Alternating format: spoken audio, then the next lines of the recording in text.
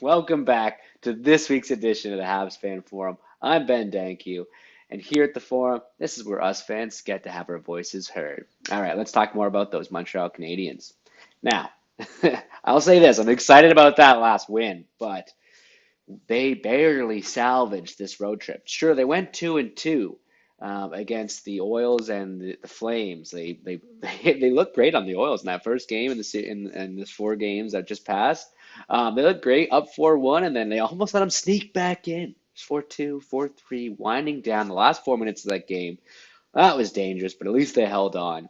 But they carried that slow momentum into the next 2 games with the Flames, and the Flames just beat them. Now, you can't. When I talk about important stretch games, is there anything more important than the 3 games against the team below you in the standings? As I talked about last week, these games were crucial. So thankfully, they were able to win that third game, albeit a boring, brutal game. But we'll take the W. As fans, we'll take the W. Don't worry. So excited that they actually salvaged the trip that way.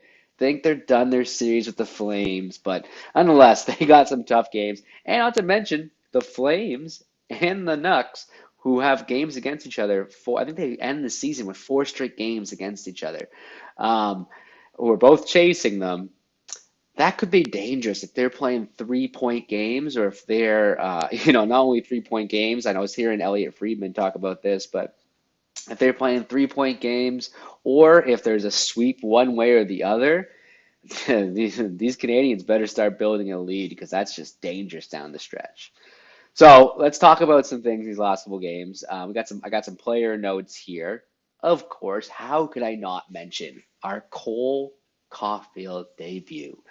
The prize and gem of the Montreal Canadiens media over the last few months. It's been really exciting to see him do the jump. Hobie Baker win the AHL, blows up for 3 goals in 2 games, and bring him to the Toxie squad. So he's been a shining light in the media, of course. I mean, but like you get the savior, and you get there's just so much up and down. Like to protect him, don't Montreal's development program, this, et cetera, et cetera. At the end of the day, let's forget all the noise for a second.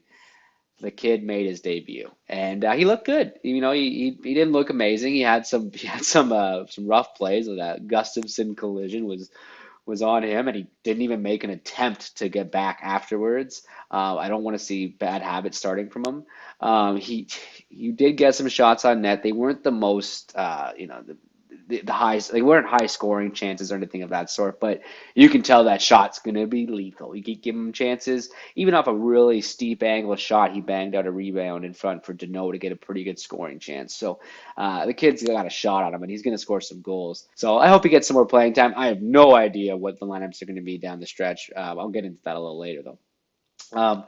We got Evans and Lecky just grinding on that fourth line. Whew. I love seeing those two play with their speed. I talked about this last time, getting them in the lineup. Now, how they got in the lineup is pretty crazy, but nonetheless, those two were grinding. Evans was driving play, Lekin in on that last stretch to maintain that lead. The diving, clear, just exciting. The two playing hard. I know they're not finishers, scoring 20 goals right now or anything like that, but look, them in the lineup is just looking good, and is exciting. Weber, the old captain, I'll say, playing pretty strong. Looking a lot better with Sherrod as he's coming back. Those two are a pretty stalwart pair, and I've been liking what I've been seeing. And of course, Toffoli. The guy just keeps scoring. 4 goals in his past 4 games, 25 on the season, sitting third in the NHL behind, I believe, Austin Matthews and Mikko Rantanen. That's some fine company to be behind.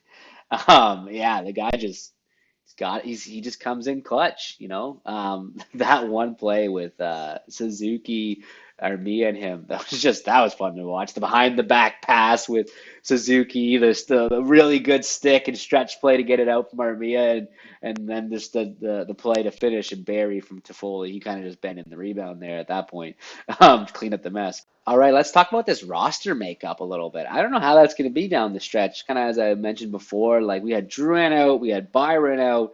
They had to do some emergency call-ups. They had to pull Roman off and bench him. At the end of the day, there's been some mismanagement. Now you see the steps that kind of led to it, and some of them were unforeseen, like some injuries that you didn't think were gonna happen.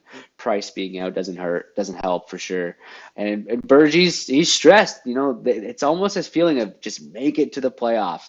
Now I hope there's some serious light shined on this team and its cap management and its GM and its team overall, based on the results.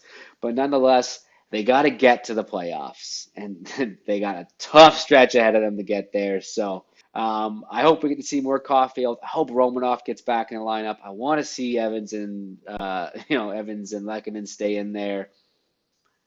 We'll see how they make it work.